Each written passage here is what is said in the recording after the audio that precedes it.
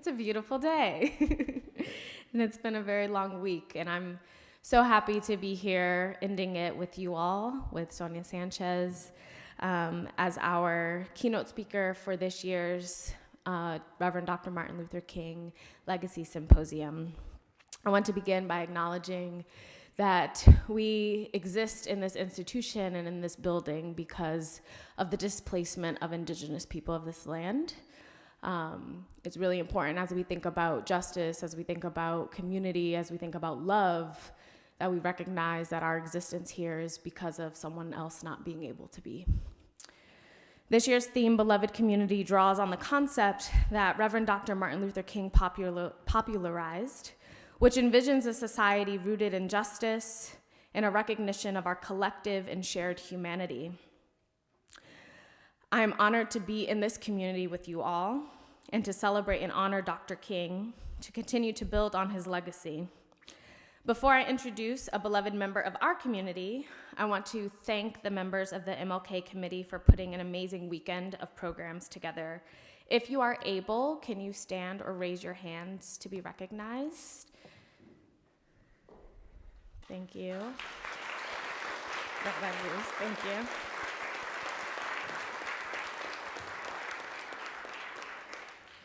Thank you so much. I want to let folks know if you have small children with you, we do have coloring books in the classroom across the way if folks are interested in that as an option. And then immediately following this talk, we will have a reception in the Keefe Campus Center, and the MRC will be open for continued community dialogue. Okay. Now to the main event.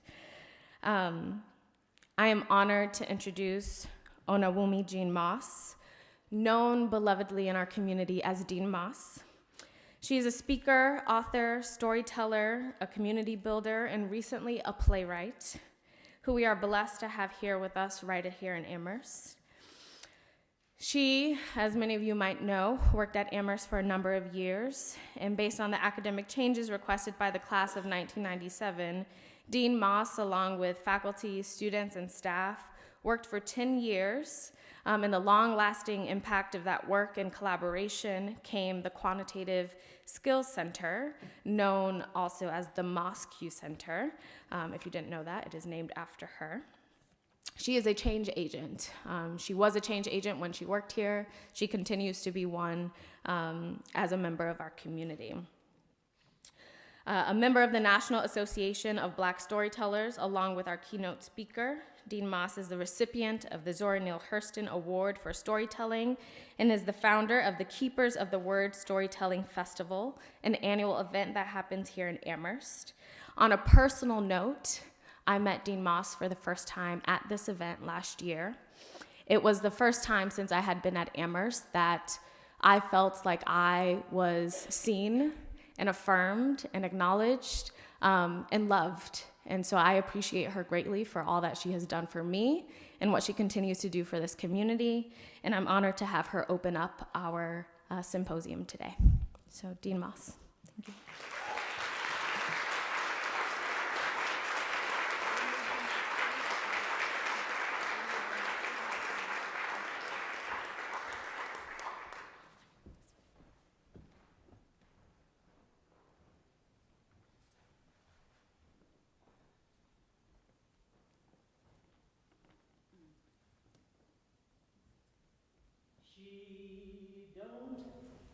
Feel no ways tired. She's come too far from where she started from.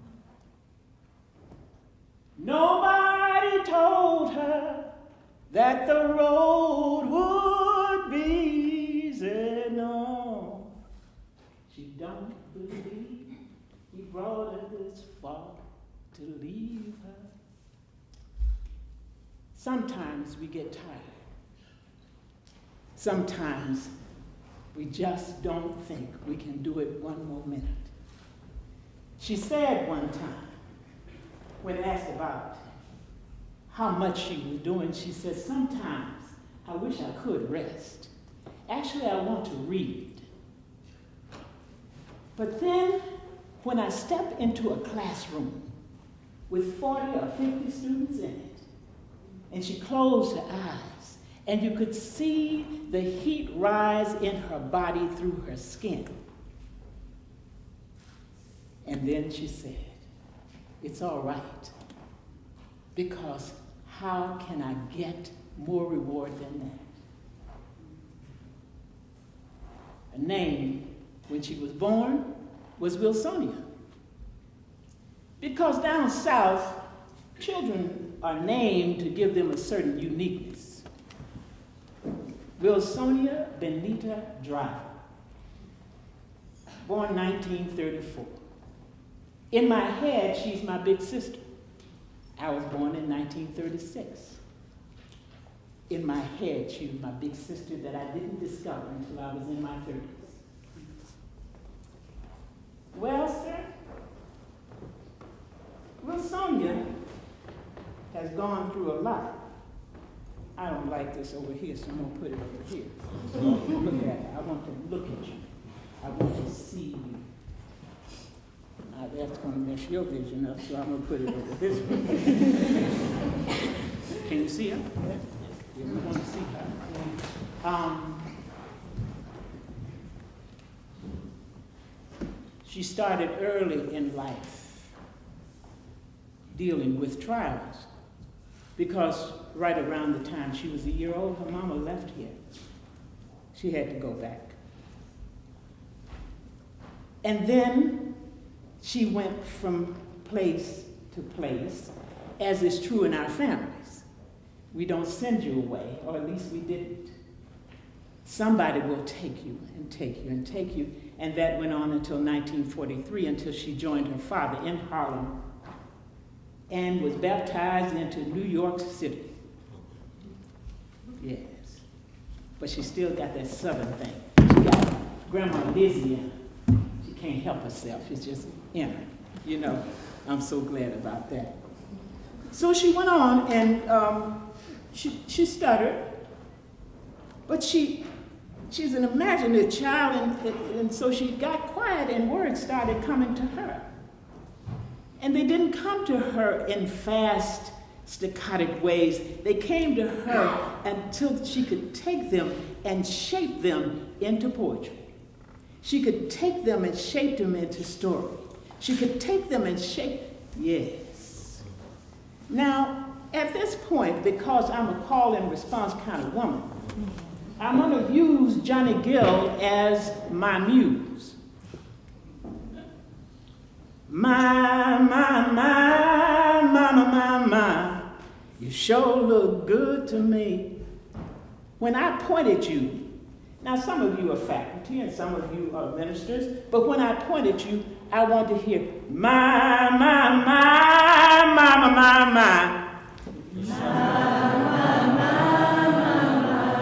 And the reason I want that is because her experiences may not be identical to yours, but they are similar to yours. And if you've ever had any trials or tribulations, you can let her know that you know what she's been through by. So she went on to college.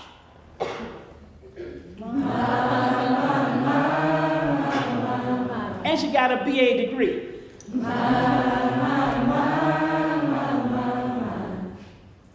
Hunters College, there in New York. Now she told her daddy, "Daddy, I'm going to be a writer." And daddy said,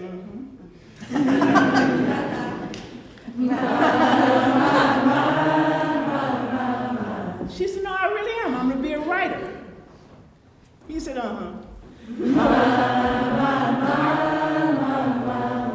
Well, she went on anyway because she was an odds defier. It was just in her to defy odds. And so she got that degree, and she started looking for a job in Time magazine. She found a job, and she went and applied for the job. She wrote everything up. She applied for the job. She got the job. How do you know she got the job? A telegram came to her house and said, "You got the job."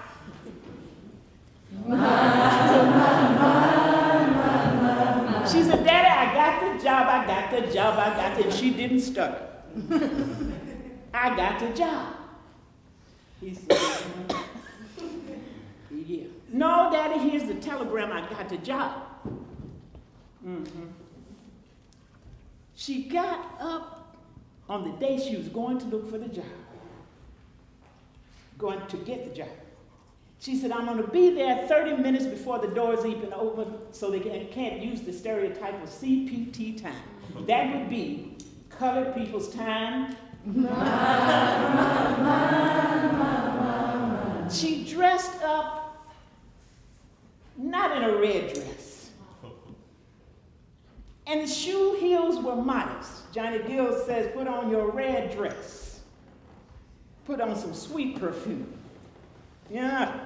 No, she dressed in blue, hat blue, dress blue, pocketbook blue, white gloves. Hello. Went on downtown to a real business and stood there, sat down in there before the receptionist got in there. When the white receptionist came in and saw her sitting there all dressed in blue, the white receptionist said,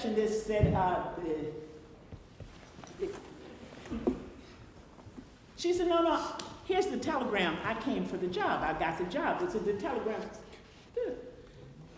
She said that the receptionist disappeared in a door that she didn't know nothing about, and when she came, and while she was sitting there after the receptionist, the doors opened and a head stuck and looked at her. Shut the door.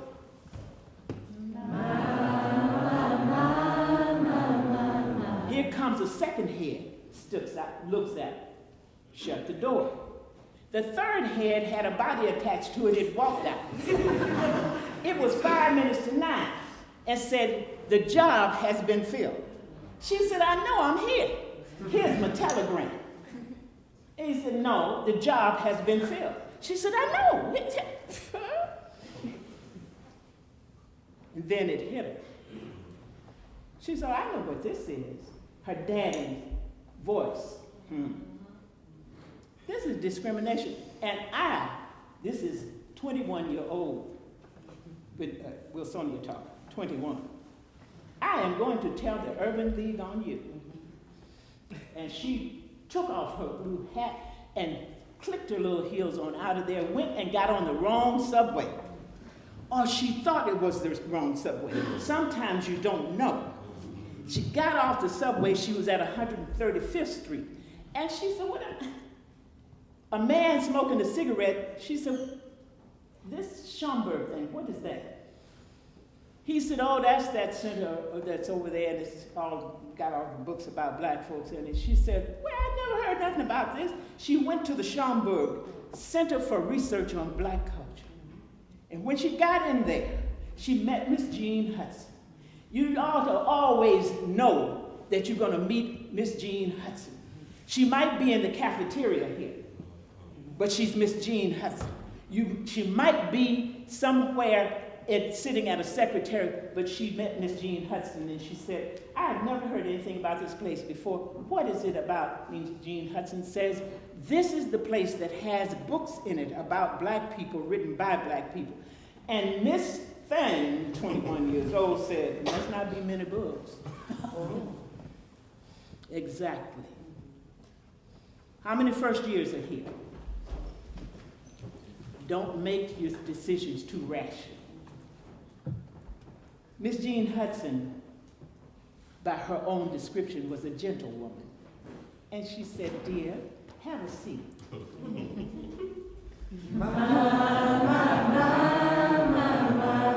Grandma Lizzie said, do what she said. And she sat down. When Miss Jeanne Hudson came back, she came back with 3 books. 1, Up from Slavery. 2, Their Eyes Were Watching God. I have to look at the 3rd one because my memory ain't gonna give it up because I'm too excited. And the 3rd one was Souls of Black Folks. W.E.B. Du Bois, autobiography of Booker T. Washington and the beautiful Zora Neale Hurston telling her about black life. Miss Jeanne Hudson is the gift on a long journey. Well, she started reading. And she said she'd get up every now and then, and she'd go, it's like she had gotten religion. She'd go back to the window where Miss Jeanne has to say, have a seat, baby. Now there were tables with men studying. And she'd get up, she got up so many times, one of them said, would you please tell her to sit down and go home? But she couldn't sit down. She had just started to find out who she is. She said, how did I get this far and not know these things? That's the question you're supposed to be asking yourself right now, having come from schools that did not teach you your history right. Well, I don't have more time to tell you about her, but I wanted you to know this much about her. You know about, she didn't get here without all these awards. We know that she's got the Frost Medal, she's got the Robert Creeley, she's got Lucretia Mott, she's got the awards. But the greatest award I know that she has is that reward, that award, that ability, that incentive, that mission that won't let you, let us get lost. You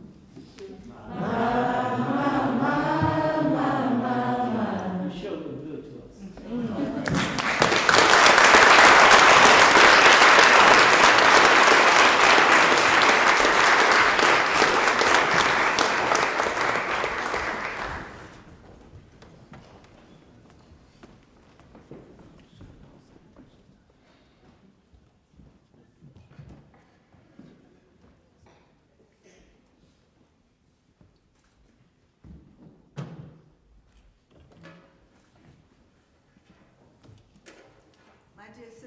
My dear sister, thank you for that. I tell you, storytellers can tell an introduction, right? I mean, you don't know an introduction until you've been introduced by a storyteller. Thank you, my dear sister. It's really beautiful. It's an honor to be here in this place called Amherst. In this place where every time I walk, I hear my own echo. Even when I was this morning and last night at the Lord Jeff, I met a professor that I taught with up here many, many years ago. Isn't it amazing?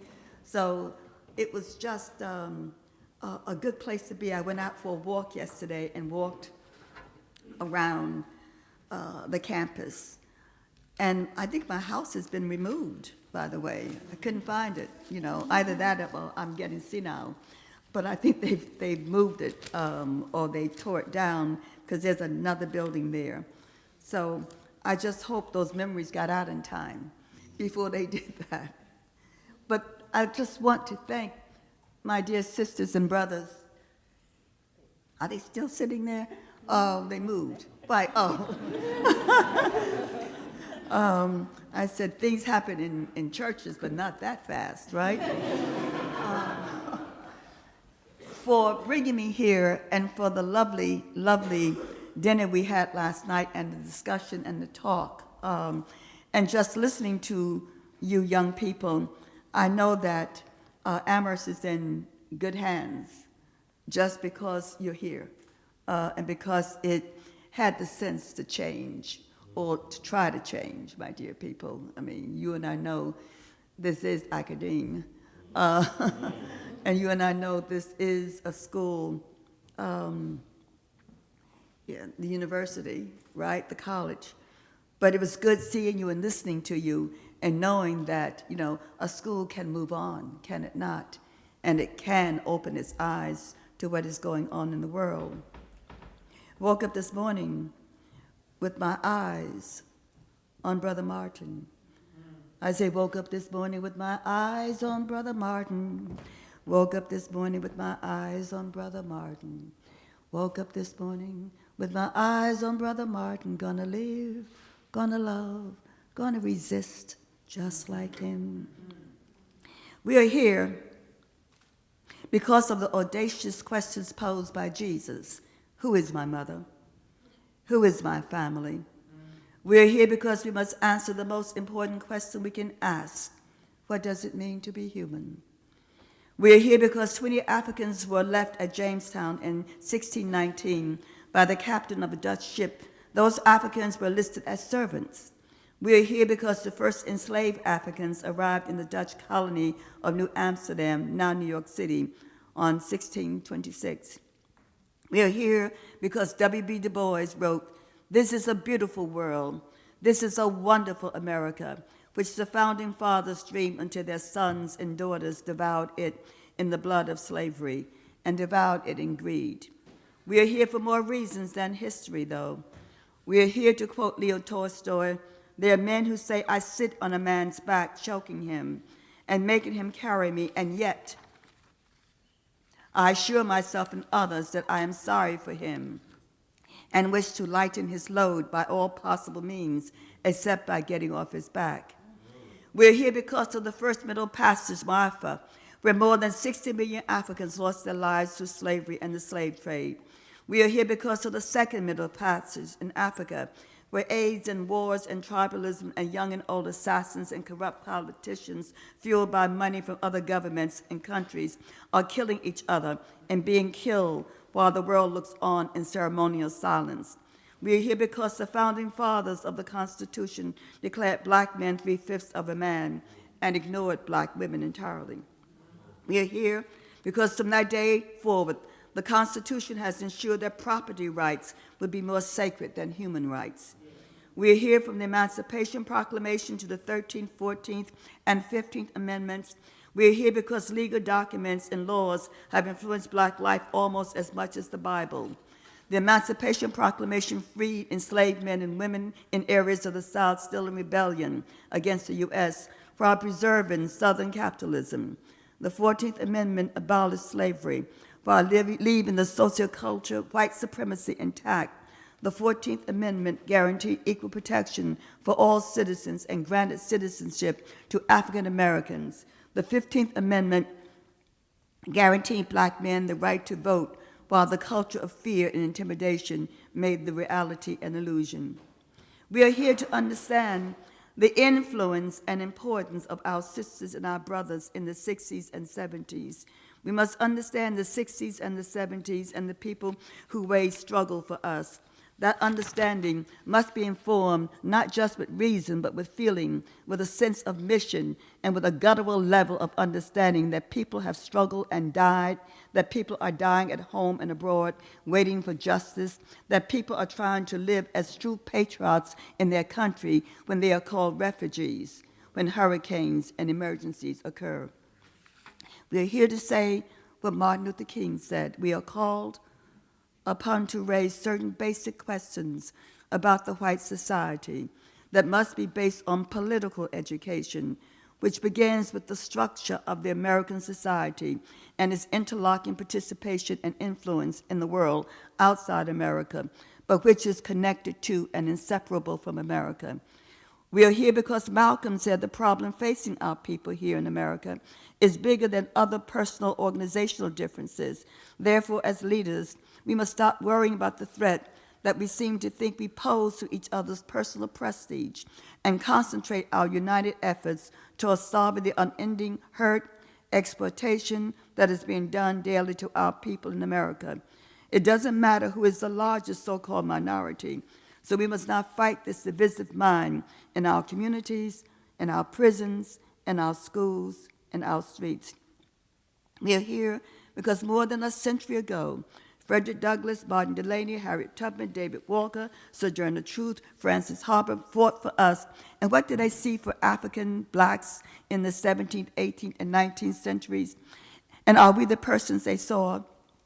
Are we doing what they wanted?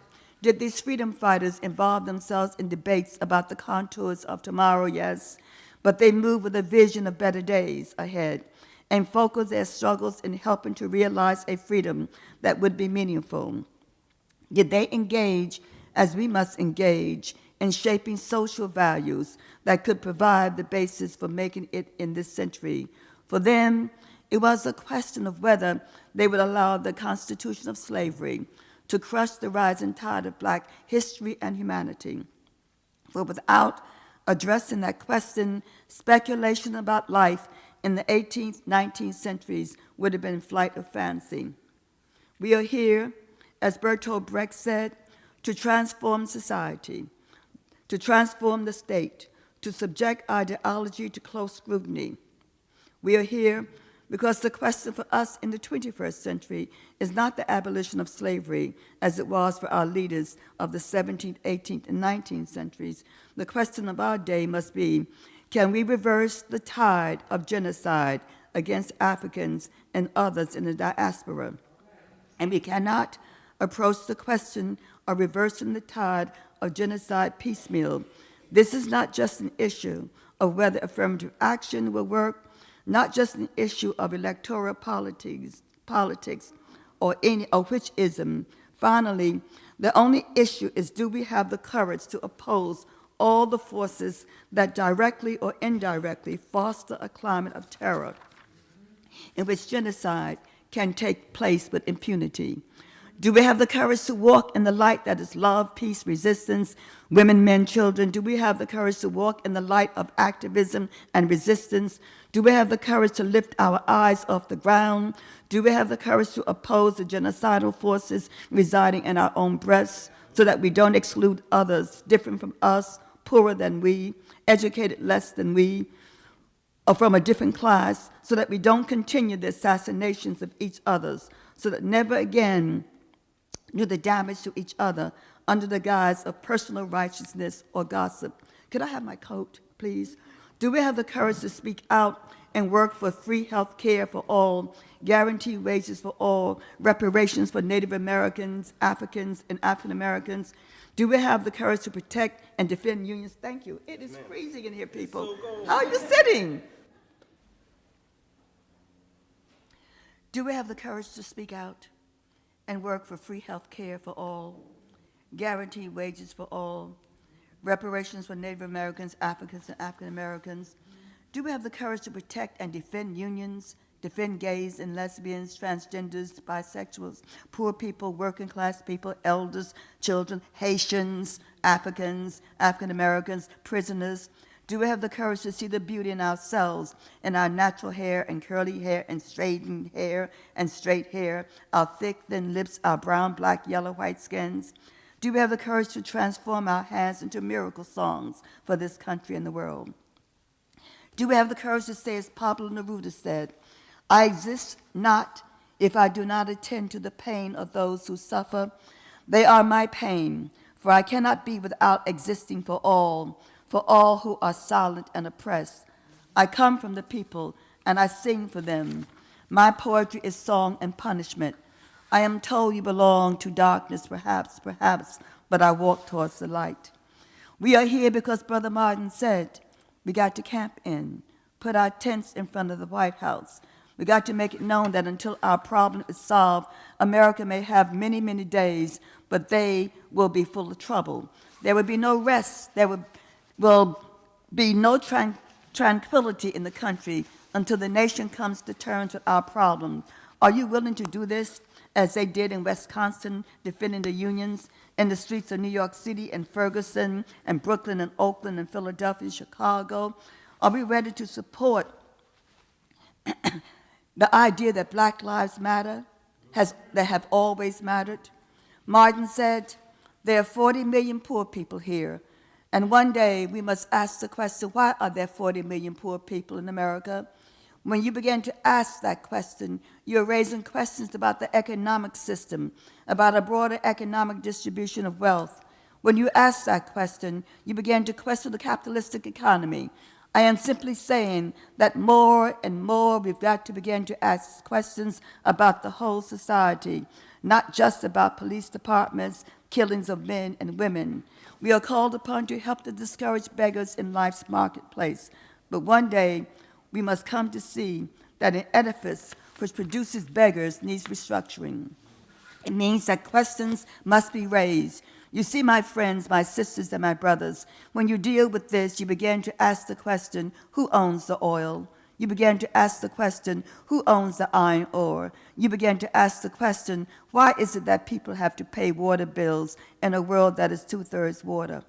We are here because in 1966, Will A. Philip Randolph, Barrett Rustin, and others, MLK Jr. released a freedom budget for all Americans, which included full employment, universal health care, and good housing for all. Because when he was talking about, indeed, my brothers and sisters, about this whole idea of a beloved community, that was not with music playing behind and people lounging on chairs and wearing white robes. It was by getting down to basic things that were happening in America that needed to be changed.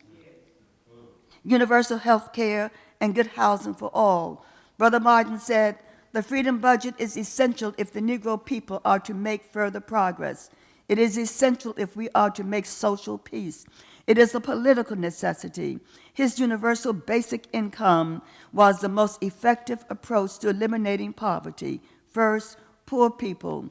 Their consumption, directly subsidized, will no longer want for basic comforts. Second, the political position of the so-called marginalized would grow stronger. Negroes, Brother King said, will have a greater effect on discrimination when they have the additional weapon of cash to use in struggle.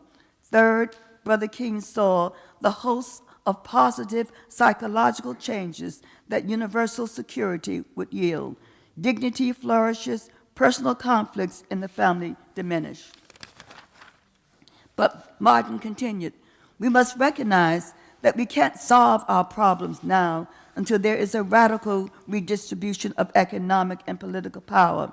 Integration must be seen not merely in aesthetic or romantic terms, it must be seen in political terms.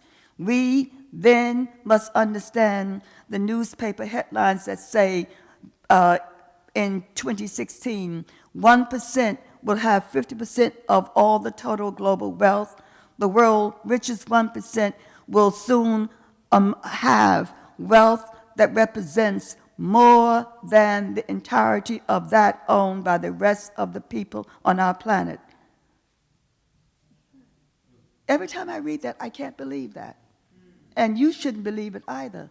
I know we go out into the workforce. I know we have to work. But you cannot talk about any kind of freedom, any kind of beloved community until we begin to address that 1%.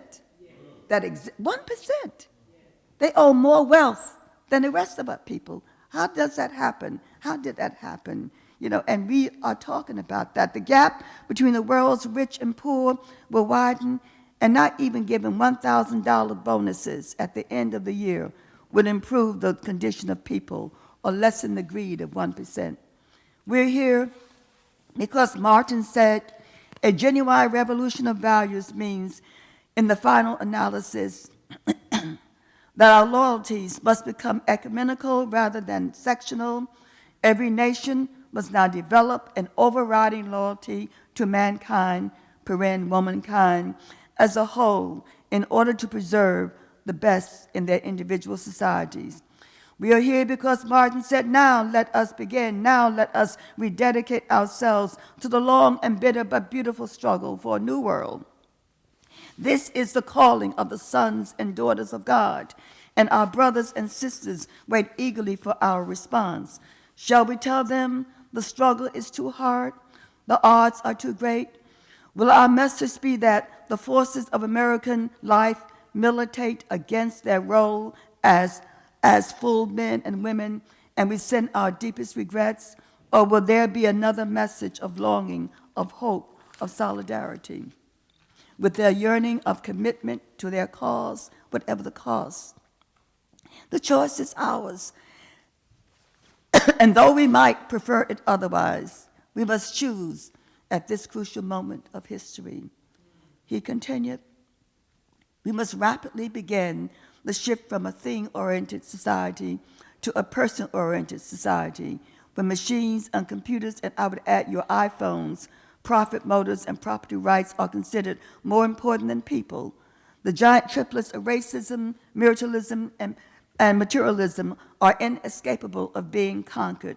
A true revolution of values will soon cause us to question the fairness and justice of many of our past and present policies.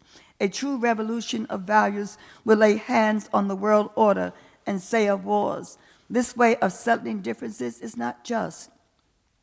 This business of burning human beings with napalm, of filling our nation's homes with orphans and widows, of injecting poisonous drugs of hate into veins of people normally humane, of sending men and women home from dark and bloody battlefields, physically handicapped and psychologically deranged, cannot be reconciled with wisdom, justice, and love. A nation that continues year after year to spend more money on military defense than on programs of social uplift or education or health is approaching spiritual death. Martin said, we are not faced with the fact that tomorrow is today. We are not faced with the fact that tomorrow is today. We are confronted with the fierce urgency of now. We are confronted with the fierce urgency of now. And that doesn't just mean telling jokes about this president. You know, I watch the comedians, and they laugh at him, and then I say afterwards, so what do we do next? After we laugh, because this is no laughing matter. This is serious fascism that's in this country right now, you see. And we have got to understand that at some point. So we can laugh all we want to, but we are confronted with the fierce urgency of now.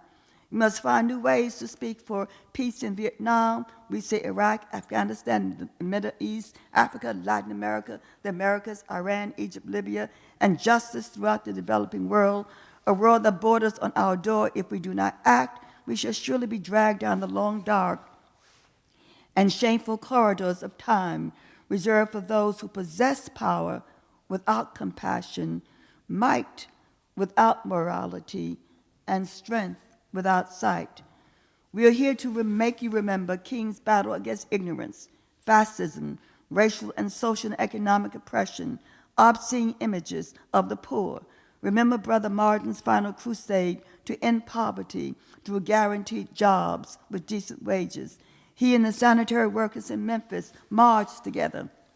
These workers carried 55-gallon drums of trash on their heads for $170 an hour and had few rights as workers. People laughed at them and called them the walking buzzards. They called them the walking buzzards, the stalkers of death things, the death pickers. We are here because of our children who one day would ask us, like Rene Castillo asked, what did we do when our nation dried out slowly, like a sweet fire, small and alone? When they would ask us, what did you do when the poor suffered, when tenderness and life burned out in them? We, the lovers of selves, the lovers of people, the lovers of justice and freedom and democracy, will turn and say, we resisted. We resisted. I know that one of the words given to us a long time ago was resist.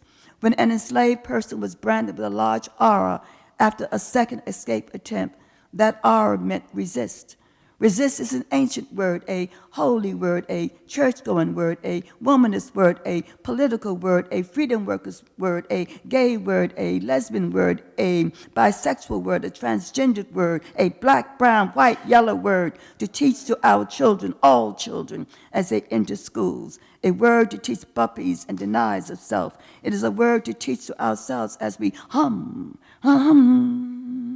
ourselves into existence each morning, giving praise that we are alive for another day. Woke up this morning with my eyes on Brother Martin.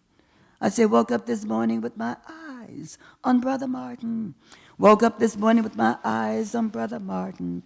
Woke up this morning with my eyes on Brother Martin. Gonna live, gonna love, gonna resist, gonna organize, gonna love, just like him.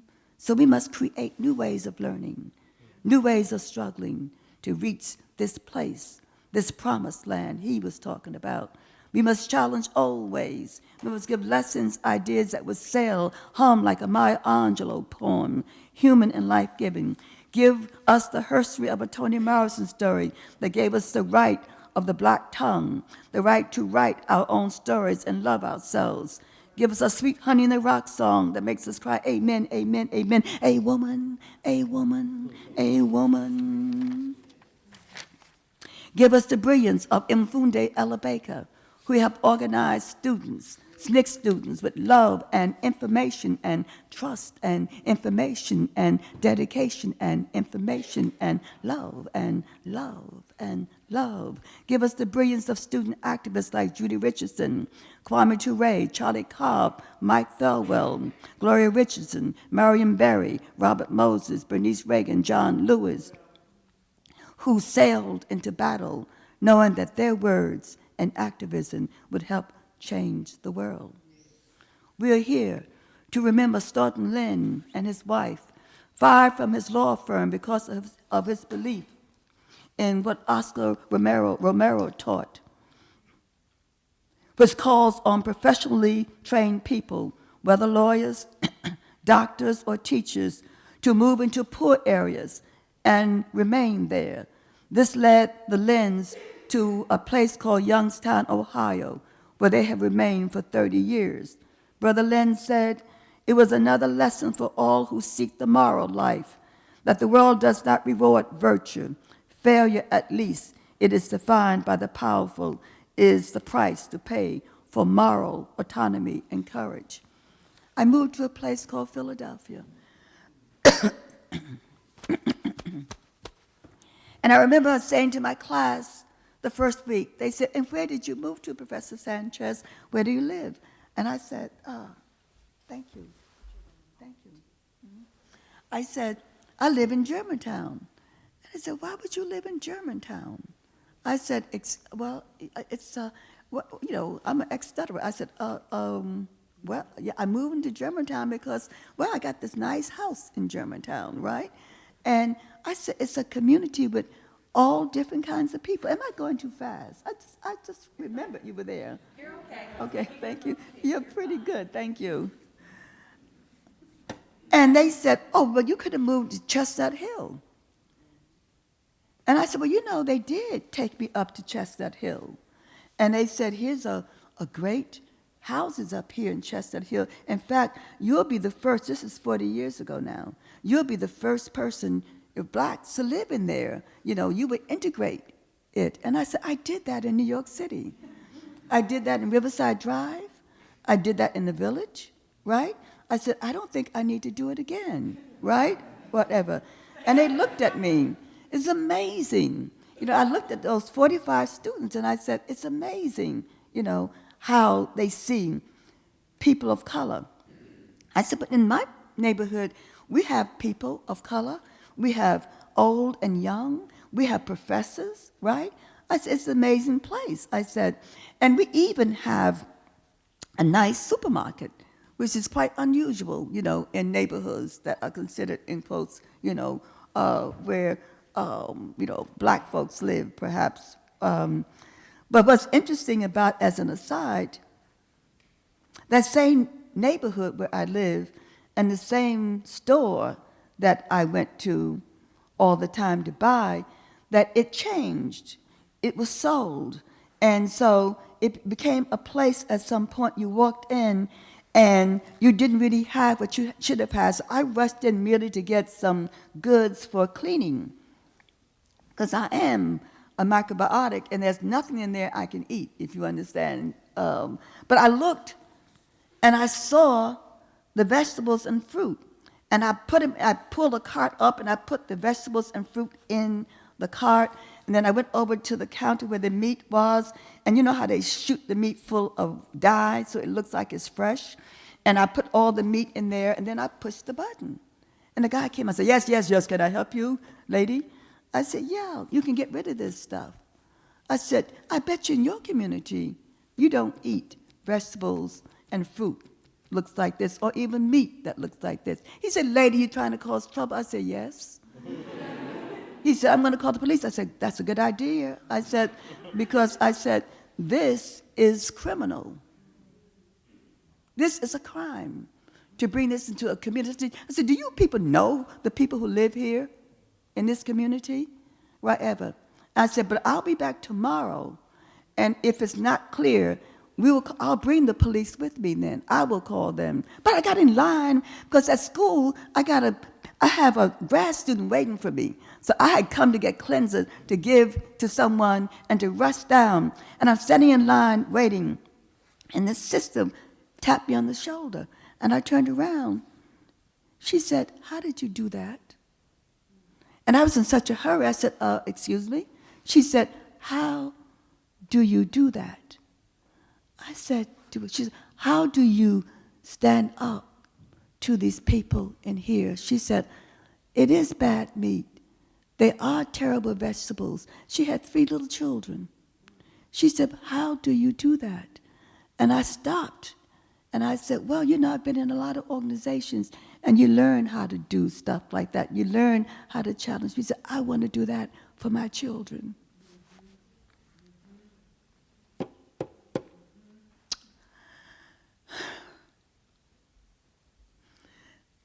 That is why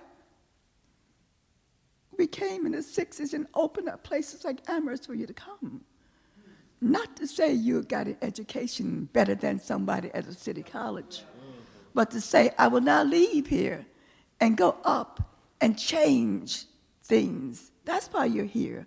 That's why you're walking around knowing you're smart, learning what you're learning, but not to hold inside saying, "Well, I'm better educated than you." No, you're not, sucker. Not if you don't know what your culture is about. If you don't understand America and its history and history, if you don't understand that, the point is that we came in here, we went and we said, "Yeah, we is here. Now here come the other people, they're going to be here."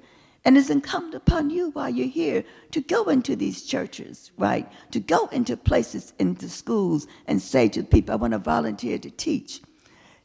To have study groups. Come on, stay with me on this.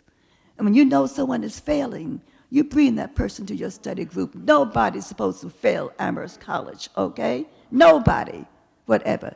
That you bring them in, because you and I know that people of color get better grades when they're in study groups. I didn't make that up. That's research, people, whatever. You do that. Don't tell me, "Well, I'm going to graduate out of here Phi Beta." I say, "You're going to graduate a fool if you're doing it by yourself." Yeah. Because we're all Phi Beta Kappa material. Understand that. And that was that reality with that woman. I gave her my address and telephone number. My children always say, "Will you please start giving out your telephone number?" And she came for about a year, And I also had a young group coming in for study groups.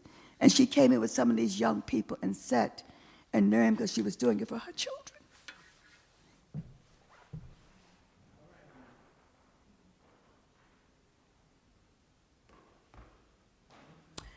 We are here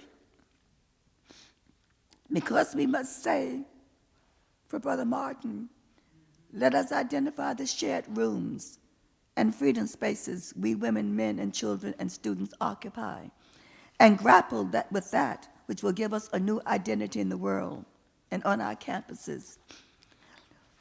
We are here because we must organize a committee of image engineering that would answer any slander against progressives, women, blacks, gays, lesbians, transgendered Latinos, Native Americans, Muslims, Jews, Africans, Haitians, Africans, whites, bisexuals, coming from the media or the right.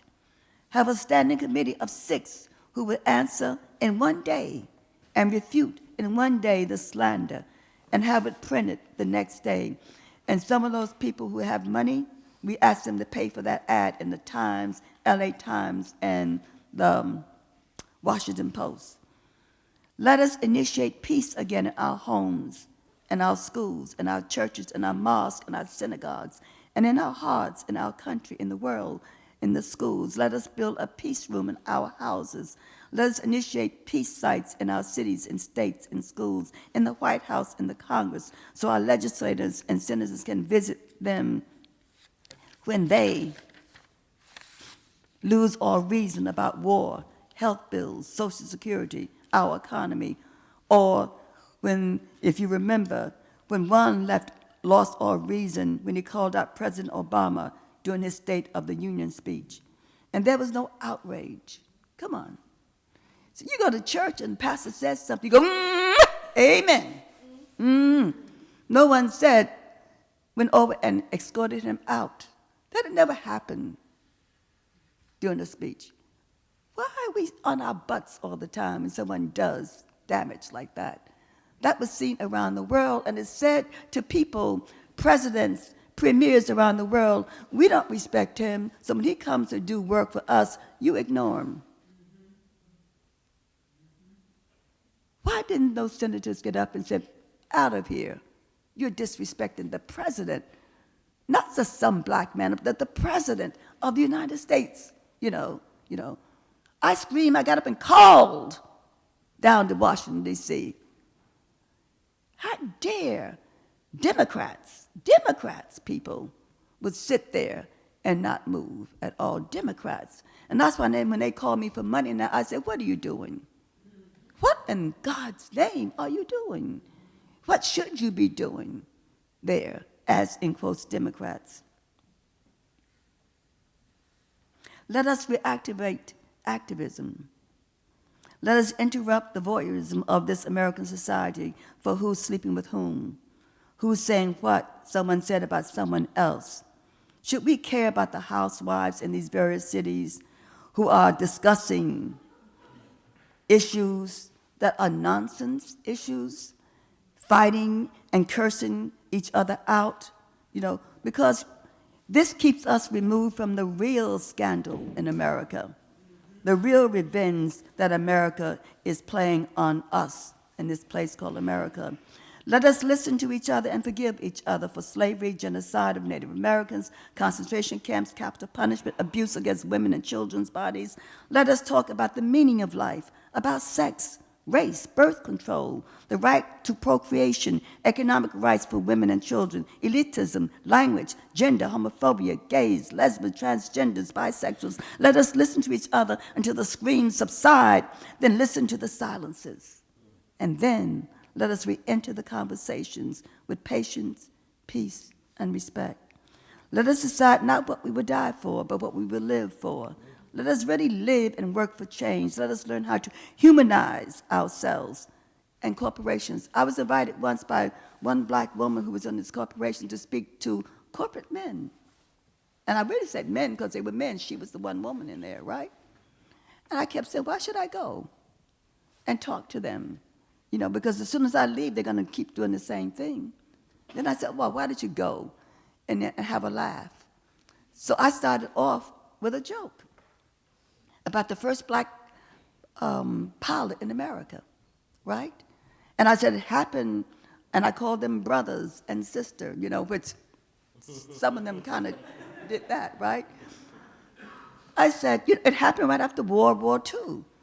People got on the plane, the cockpit door was open, they looked in, and lo and behold, there was a black man sitting at the controls, right? Well, they sat down. In those days, they called the women stewardesses. They pushed the button, stewardess. Is that a Negro sitting inside the cabin? She said, just a minute. She turned off all the buttons. She said, just a minute, calm down, just a minute. She goes, she says, Jim, I told you you had to keep the door closed. Now, everyone has seen you. They're upset. He said, oh, Janet, don't worry. I'll go on the intercom and talk to them. And he does. He says, good morning, ladies and gentlemen. My name is Captain Jim Jones. I am your captain for our trip to L.A. But before I begin, let me tell you just a little bit about myself. I am a graduate of Harvard University. I am a graduate of Yale University. I'm a graduate of MIT. I'm a graduate of Oxford University. And during World War II, I alone taught all of the pilots how to fly. So if you just settle down and calm down, I will see if I can get this big MF off the ground.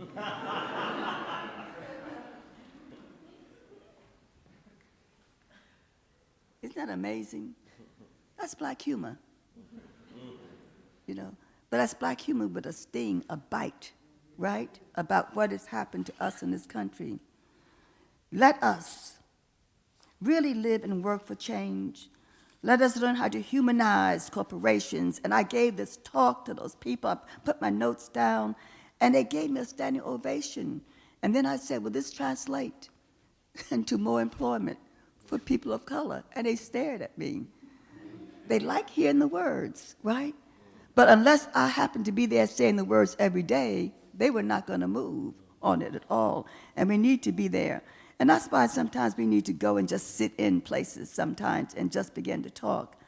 Let us learn how to humanize corporations, ourselves, banks, prisons, schools, churches, mosques, synagogues, city governments, police departments, the Congress, the White House, countries, and their global markets from this greed stretching into ancient eyes and waters and cultures. Let us answer King's long ago question, is there a non-violent peacemaking army that can shut down the Pentagon? And it's going to be hard since some of the generals have gotten into our cabinet at this point. It becomes more and more difficult, does it not? Let us answer King's long ago question, is there a non-violent peacemaking army that can shut down the Pentagon? Let us remember our first teacher is our own heart. Let us make every place we enter into a holy place, not just a church, not just a synagogue, right? Just not, a mosque, but every place you're in, and most especially our homes.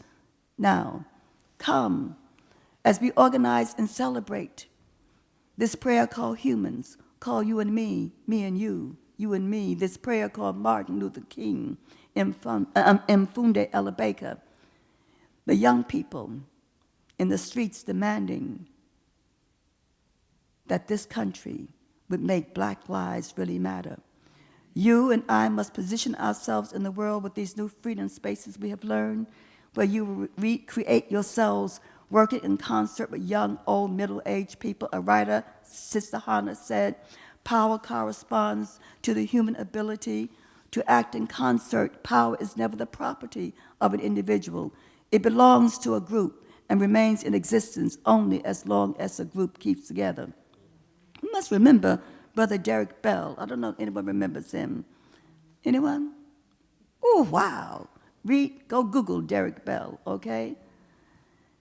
1990s essay. He was a brother who was the dean up at Harvard, remember? And because they would not hire some women, he gave up that deanship and left? Right, okay. He wrote a book called Prudent Speculations on America in a Post-Racial Epoch, right?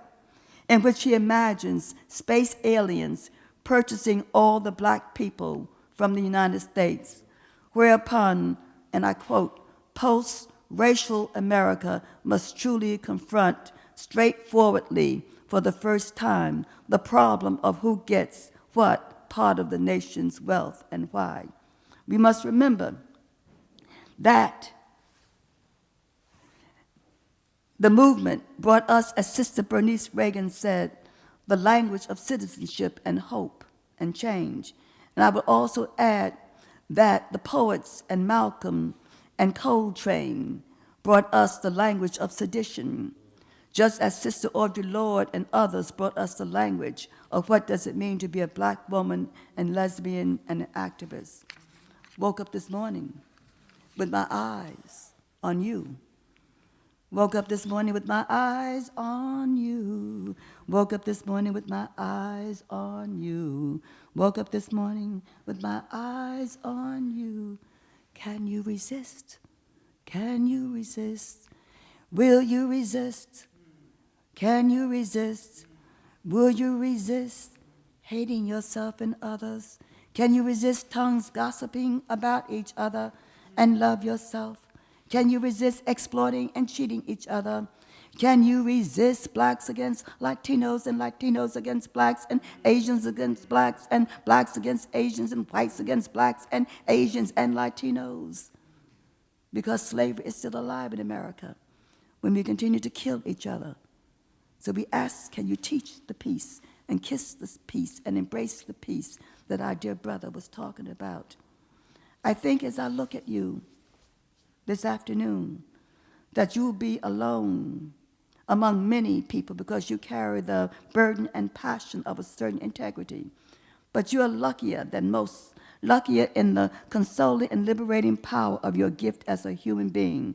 You must not let your cultivation of your humanity be distracted by the pain and grief of the general predicament of the educational system, the justice system, the economic system, and indeed, above all, our president.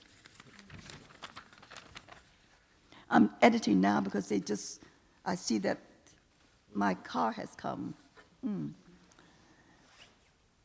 We must remember June Jordan, who said, "I am a feminist, and what that means to me is that I must undertake to love myself and respect myself as though my very life depends upon self-love and self-respect, and that I am entering my soul into a struggle that will most certainly transform the experience of all the people of the earth as no other movement can, in fact, hope to claim, because the movement into self-love, self-respect, and self-determination is the movement now galvanizing the true, the unarguable majority of human beings everywhere."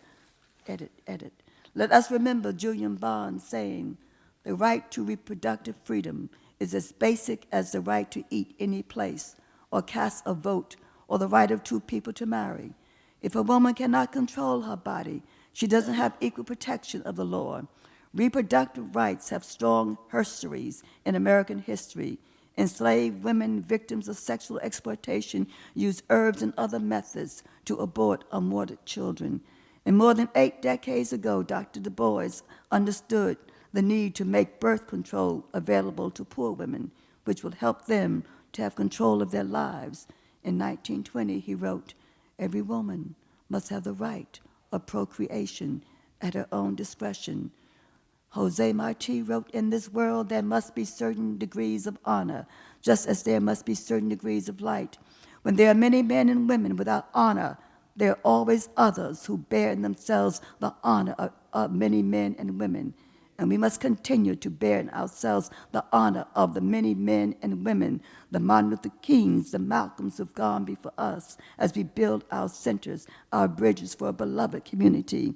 In our homes, our universities, our churches, our mosques, our synagogues, we will live and make this country live in justice, eat justice, taste justice, partake of justice." Woke up this morning with my eyes on Brother Martin. Woke up this morning with my eyes on Brother Martin. Woke up this morning with my eyes on Brother Martin. Woke up this morning with my eyes on Brother Martin. Gonna live, gonna love, gonna organize, gonna come together. You're gonna be on this campus. The next time I come, I wanna see a peace site on this campus. I wanna see peace haku on this campus. At Clark University, where I went to teach, they have a peace site, people. And they have on the benches peace haku. So if you feel upset, you go sit there and you read the peace haku until someone comes and takes you and has a conversation. Every college should have a peace site for our students to go to come out and read the words of Alice Walker and Maya Angelou and Toni Morrison and all of the people that I have there in that peace site in a place called Philadelphia, in a place called Atlanta, Georgia. But above all, the most important place you can put your peace site is in your hearts. One assignment for 1 week. Do not twist and curl your tongues and say anything negative about anyone. 1 week. Don't say it's easy, because it ain't easy. 1 week. Do not twist, come on. Do not twist and curl your tongue and say anything negative about anyone. And you will find your body becoming light, expelling that kind of terrible thing that we carry within us, the tongue that has destroyed organizations on this earth, period. That's what we must do and be about. And I thank you for letting me share this day with you, honoring a great man, and above all, honoring you, because I expect you to do something. You're not going to graduate from here and just get a job. There might not even be a job for you.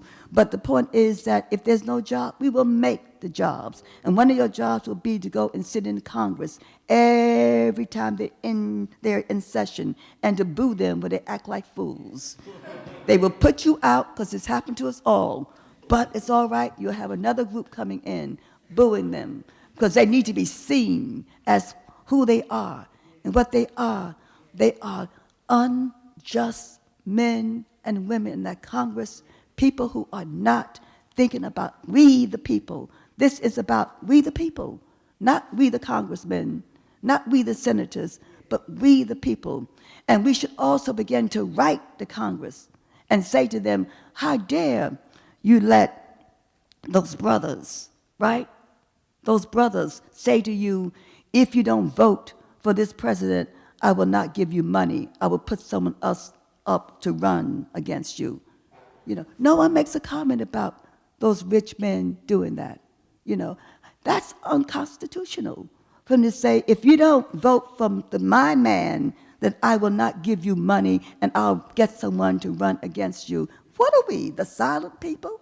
The silent few? Who are we? We don't have tongues anymore. We only have tongues when we get down and dance. We don't have tongues we say, how you be, man? How do you be indeed? How do you be? How do the country be? I know I teach English. How do the country be? You know, and the country will not be unless we, the people, speak up, speak out. Tell the congressmen, tell those brothers, you know, the Koch brothers, right? You know, who are trying to coke everybody in America, right? You know, to not vote for anyone who has a moral aptitude, a moral center. Thank you.